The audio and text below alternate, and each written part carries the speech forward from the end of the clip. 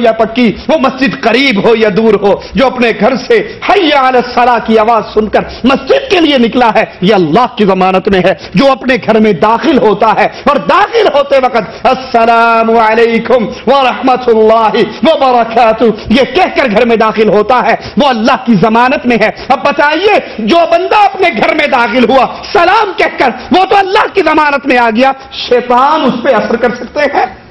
جادو ٹونے کی کتنی گمبھیر صورتحال ہے۔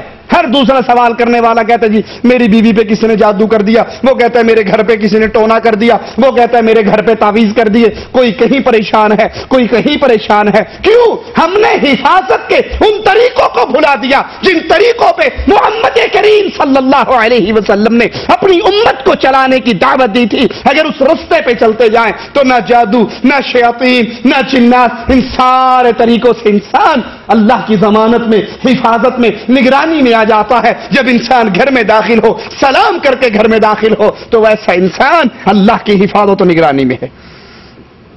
انسان کھانا کھانے لگا ہے، انسان کچھ پینے لگا ہے، اس پر بھی اللہ کا ذکر کرے۔ حضرت جابر رضی اللہ عنہ وارضاہ فرماتے ہیں کہ میں نے رسول اللہ صلی اللہ علیہ وسلم کو یہ فرماتے ہوئے سنا، جب آدمی اپنے گھر میں داخل ہوتے وقت، کھانا کھاتے وقت اللہ کا نام لے لیتا ہے، شیطان باقی شیطانوں سے اپنی پوری ٹولی سے خطاب کر کے کہتا ہے کہ اس گھر میں یہ داخل ہونے والا اللہ کا نام لے کر داخل ہوا ہے، ہمیں رات بسر کرنے کی یہاں پہ اجازت نہیں ہے۔ یہ کھانا کھانے والا بسم اللہ پڑھ کے کھانے کا لقمہ اپنے منہ میں ڈالتا ہے، زبان بسم اللہ کہتی ہے، شیطان اور اس کے ٹولے، اس کے چیلے، وہ اپنے ہاتھوں کو روک لیتے ہیں کہ اس کھانے پر اللہ کا نام لیا گیا ہے، لہذا اس کھانے کو کھانے کی ہمیں اجازت۔ ہم کھانا کھاتے ہوئے کیا کرتے ہیں؟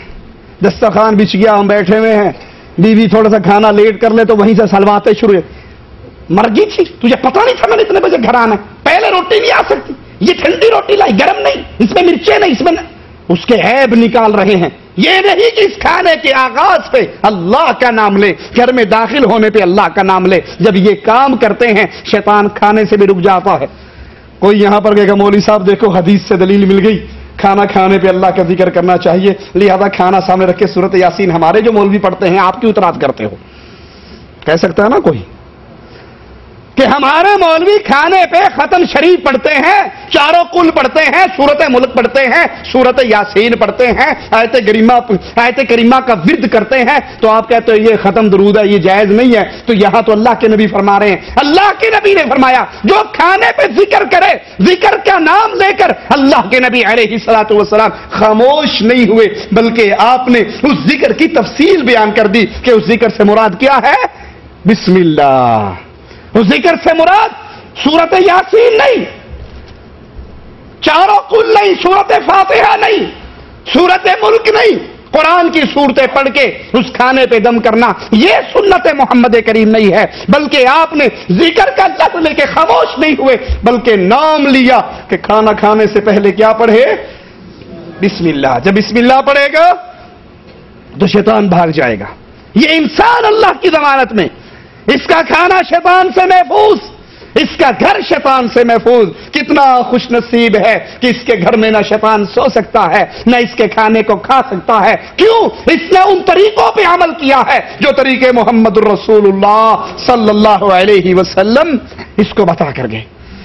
اور اگر یہ کام نہ کرے تو شیطان اس کے گھر میں، شیاطین اس کے گھر میں بسیرا کرتے ہیں، ان کا بس کا نو ٹھکانہ بن جاتا ہے، وہیں پر ان کی آل اولاد ہوتی ہے۔ کیوں؟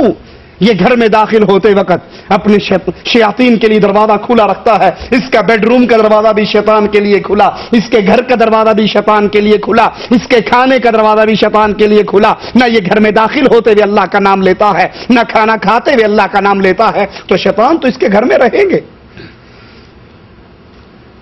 قرآن حکیم کی کثرت سے تلاوت کریں اپنے گھروں میں۔ گھروں سے مراد صرف یہ نہیں کہ آپ کے وہ گھر جن میں آپ کے اہل و عیال ہیں، آپ جہاں پر رہ رہے ہیں، وہ ہاسٹل ہے، وہ کمرہ ہے، وہ کمپنی کی رہائش ہے، جہاں آپ رہتے ہیں، اپنے گھر میں اللہ کا ذکر کریں، اپنے اس کمرے میں قرآن کی تلاوت کریں، رسول اللہ صلی اللہ علیہ وسلم کے فرمان کو سنیے۔ ابو موسیٰ اشعری رضی اللہ عنہ وارضہ فرماتے ہیں کہ رسول اللہ صلی اللہ علیہ وسلم نے فرمایا، قرآن پڑھنے والے مومن کی مثال سنگترے کی ہے۔ قرآن پڑھنے والے مومن کی مثال سنگترے کی ہے، جس کا ذائقہ بھی بہت اچھا ہے اور جس کی خوشبو بھی بہت اعلیٰ ہے۔ قرآن نہ پڑھنے والے مومن کی مثال کھجور کی طرح کی ہے کہ اس کا ذائقہ بہت اچھا ہے لیکن اس کی خوشبو نہیں ہے۔ جو قرآن پڑھے کثرت سے اس کی مثال سنترے کی ہے، ذائقہ بھی اچھا، خوشبو بھی اچھی، اور جو مومن قرآن نہیں پڑھتا اس کی مثال کھجور کی ہے کہ اس کا ذائقہ اچھا ہے لیکن اس کی خوشبو نہیں ہے۔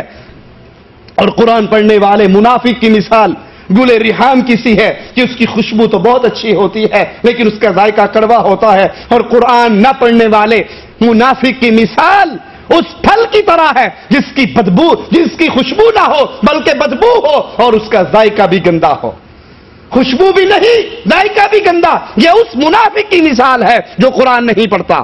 مومن کی مثال قرآن پڑھے، اپنے گھر میں قرآن کی تلاوت کرے تو اس کی مثال کیسی ہے؟ سنترے کی، خوشبو بھی اعلیٰ، ذائقہ بھی اعلیٰ۔ قرآن نہیں پڑھ رہا تو کھجور کی مثال ہے کہ مومن تو ہے نا، ایمان تو ہے لیکن خوشبو سے محروم ہے۔ اسی طرح گھر میں خشوع و خضوع کے ساتھ قرآن کی تلاوت کرنے سے اللہ کے فرشتوں کا نزول ہوتا ہے۔ ایک صحابی رسول اللہ صلی اللہ علیہ وسلم کے پاس آ کر اپنا قصہ بیان کرتے ہیں، ذرا اس حدیث پہ غور کیجئے اور دیکھیے میں اور آپ، اللہ ہم سب کو ہدایت عطا فرمائے، اللہ سب سے پہلے کہنے والے کو عمل کی توفیق عطا فرمائے۔ اتنے عظیم عمل سے میرے اور آپ کے گھر کیسے خالی ہے؟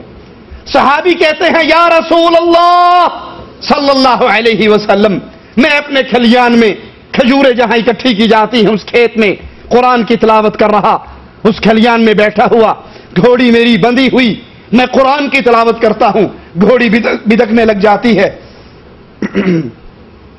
میں خاموش ہو جاتا ہوں، گھوڑی آرام سے ٹھہر جاتی ہے، میں پھر قرآن کی تلاوت کرتا ہوں، گھوڑی پھر بدکتی ہے، اچھلتی ہے، میں قرآن کی تلاوت سے ہاتھ روک لیتا ہوں، گھوڑی اس سکون سے ٹھہر جاتی ہے، تیسری مرتبہ یہ کرتا ہوں، گھوڑی پھر اچھلتی ہے، میں اس کے قریب جاتا ہوں، میں اپنے سر پہ ایک سائبان دیکھتا ہوں جس میں ایک بڑی خوبصورت روشنی ہے اور وہ سائبان آسمان کی طرح بلند ہو رہا، آ کر صبح رسول اللہ صلی اللہ علیہ وسلم کو بیان کرتے ہیں۔ صحابی اللہ کے نبی کہتے ہیں میرے ساتھی اپنی تلاوت کو جاری رکھ، کہتے ہیں میں نے پھر تلاوت کرتا ہوں، گھوڑی پھر اچھلتی ہے، میرا چھوٹا سا بیٹا یحییٰ وہ اس گھوڑی کے قریب ہے، میں اس ڈر سے رک کر تلاوت روک دیتا ہوں کہ کہیں یہ گھوڑی اچھلتے ہوئے میرے بچے کو اپنے پاؤں میں نہ کچل دے۔ میں اللہ کے نبی کہتے ہیں تلاوت کو جاری رکھ، میں اپنی تلاوت کو جاری رکھتا ہوں، گھوڑی پھر اچھلتی ہے، میں پھر روکتا ہوں، گھوڑی رک جاتی ہے، اللہ کے نبی صلی اللہ علیہ وسلم کو قصہ سناتا ہوں، آپ فرماتے ہیں اے میرے صحابی،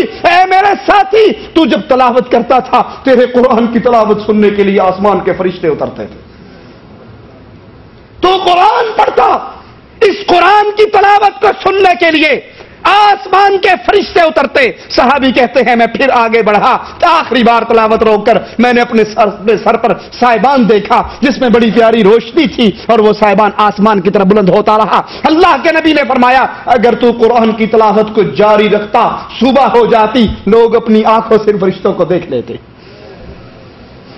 سوچئے اگر اپنے گھروں پہ غور کیجئے، اپنے کمروں پہ غور کیجئے، اپنی گاڑیوں پہ غور کیجئے، میرے آپ کے کمروں میں گھروں میں قرآن کی آواز گونجتی ہے یا لتا کے گانے گونجتے ہیں، انڈین فلموں کے گانے گونجتے ہیں، پاکستانی اور پنجابی فلموں کے گانے گونجتے ہیں، اس گھر سے قرآن کی آواز بلند ہوتی ہے یا شیطان کی آواز بلند ہوتی ہے؟ شیطان کو اگر اپنے گھر سے باہر نکالنا ہے، اگر اپنے گھر کو شیطانی اعمال سے بچانا ہے، اس کی حفاظت کرنی ہے، کہیں جادو کی شکایت ہے، کہیں گھر میں آوازیں آنے کی شکایت ہے، کہیں گھر میں شیاطین کی شکایت ہے، تو اپنے گھر کو محمدی گھر بنائیے، جب گھر محمدی بن جاتا ہے شیاطین بھاگ جاتے ہیں۔ اس گھر میں قرآن کی تلاوت کیجئے، اس گھر میں قرآن کی آواز کو بلند کیجئے، آپ کا گھر شیطان سے محفوظ رہے گا۔ اور اگر اس گھر میں گانے کی آواز گونجے گی، اس گھر کے اندر ڈراموں اور فلموں کی آواز گونجے گی تو یاد کر لیجئے پھر یہ گھر شیطان کا مرکز بنے گا، شیطان کے فتنوں سے بچ نہیں سکتا۔ اسی طرح قرآن کی تلاوت میں خاص وہ سورت بقرہ، اگر اس کی تلاوت کی جائے تو شیطان بھاگ جاتا ہے، اور سورت بقرہ وہ عظیم سورت ہے۔ اللہ کے نبی علیہ الصلوۃ والسلام فرماتے ہیں ہر چیز کی کوئی چوٹی ہوتی ہے جو سب سے اوپر اور بالا ہو، اور قرآن کی چوٹی سورت بقرہ۔ ہر چیز کی چوٹی ہے، ہر چیز کی سب سے بلند چوٹی ہے، قرآن کی چوٹی سورت بقرہ ہے۔ اور سنو، جب شیطان سورت بقرہ کی تلاوت سنتا ہے اس گھر سے بھاگ جاتا ہے۔ اگر کسی کو یہ پریشانی ہے میرے گھر میں جادو، جنات، شیاطین، گھر میں سے آوازیں آتی ہیں، شیطان تنگ کرتے ہیں، کوئی اور معاملہ ہے، تو پھر یاد کر لیجئے اپنے گھر میں اپنے بیوی بچوں کو حکم دو کہ وہ سورت بقرہ کی تلاوت کریں، کیونکہ جہاں اس سورت کو پڑھا جاتا ہے شیطان وہاں پہ بسیرا نہیں ڈالتا۔ جادو کا بہترین توڑ، شیطانی اعمال کا بہترین توڑ، تعویذ گنڈے کا بہترین توڑ، جس کو یہ شک ہو کہ میرے گھر پہ جادو ہے یا جنات ہیں یا شیاطین ہیں، عاملوں کے دھکے کھانے کی بجائے اپنے گھر میں روزانہ سورت بقرہ کی تلاوت کیجیے۔ محمد صلی اللہ علیہ وسلم کی بات سے سچی کسی کی بات ہے؟ پر ہم کہتے ہیں مولوی صاحب ایڈے اوکھے نہیں ہونا پہنتا، ایک کام اوکھا ہے 2.5 پارے قرآن دا ڈیلی کون پڑھے، اب تسی کچھ لکھ کے دے دیو، بس اللہ اللہ کر کے دے دیو، تسی اس کم لگے رہو تو میں اور کم لگا رہا۔ محنت کرنے کو ہمارا جی راضی نہیں ہوتا، اس لیے ریڈی میڈ سمجھتے ہو نا، بیگم نے کھانا نہ پکایا تو ہوٹل سے ریڈی میڈ لے لیا، یہاں تو کام چل جائے گا۔ ہم کہتے ہیں ہر مسئلے میں ریڈی میڈ چل جائے۔ مولوی صاحب درویشوں کو لے کر بیٹھے ہیں، قرآن سامنے کھلا ہے، گاڑی والا آتا ہے، گاڑی روکتا ہے، مولوی سے کہتے ہیں جی میرے ابو فوت ہو گئے، کچھ قرآن چاہیے۔ مولوی بھی گھناٹ ہوتا ہے، جانتا ہے سارے پنگے اور سارے راستے جانتا ہے، وہ ایک درویش کو اٹھاتا ہے، وہ پھیرا مارتا ہے، ہاں جی کنے 10 پارے 5 پارے 4 پارے 3 پارے، وہ 2 دفعہ پورا پھیر لگا کے، ہاں جی مولانا صاحب 20 قرآن ہو گئے۔ وہ کہتا ہے جی 20 قرآن آپ کو دے رہے ہیں، کہتا ہے جی یہ لو 20,000 آپ کو دے رہے ہیں۔ وہ پیسے دے جاتا ہے، قرآن لے جاتا ہے، نہ اس کو کچھ ملتا ہے نہ اس کو کچھ ملتا ہے۔ ہم اس چیز کے عادی ہیں کہ خود محنت نہ کرنی پڑے، مولوی کے پاس جائیں، وہ تعویذ دے دے، وہ دھاگا دے دے، وہ پھونکے مار کے دے دے، وہ دم کر کے دے دے، ہمیں ریڈی میڈ مل جائے پیسے دے کے۔ سمجھتے ہیں پیسے سے سارا کام ہو جاتا ہے، مولوی کی نماز بھی ہمیں پیسوں سے مل جاتی ہے۔ اپنے گھروں کو شیطان سے بچانا ہے تو خود اس حدیث پہ عمل کیجئے۔ اللہ کے نبی صلی اللہ علیہ وسلم فرماتے ہیں جس گھر میں سورت بقرہ پڑھی جاتی ہے شیطان اس کی آواز سنتا ہے تو بھاگ جاتا ہے۔ حضرت ابو ہریرہ سے روایت ہے، فرماتے ہیں رسول اللہ صلی اللہ علیہ وسلم نے فرمایا اپنے گھروں کو قبرستان نہ بناؤ، اپنے گھروں کو قبرستان نہ بناؤ، بلکہ اپنے گھروں میں قرآن کی تلاوت کرو، اس گھر کو منور کرو قرآن کی تلاوت سے، کیونکہ جس گھر میں سورت بقرہ کی تلاوت کی جاتی ہے شیطان اس گھر میں نہیں آ سکتا، شیطان بھاگ جاتا ہے۔ اپنے گھروں کو قبرستان نہ بناؤ، اپنے گھروں میں قرآن کی تلاوت کرو، اور قرآن میں بھی خاص طور پہ سورت بقرہ کی تلاوت کرو۔ جب اس کی تلاوت کرو گے آپ کا گھر شیطانی پنگوں سے، شیطانی وسوسوں سے، شیطانی اثرات سے محفوظ ہو جائے گا۔ اور اپنے گھر میں دیکھیے اس گھر میں آواز کس کی گونجتی ہے؟ قرآن کی آواز گونجتی ہے تو یہ گھر مسلمان کا گھر ہے، محمدی گھر ہے۔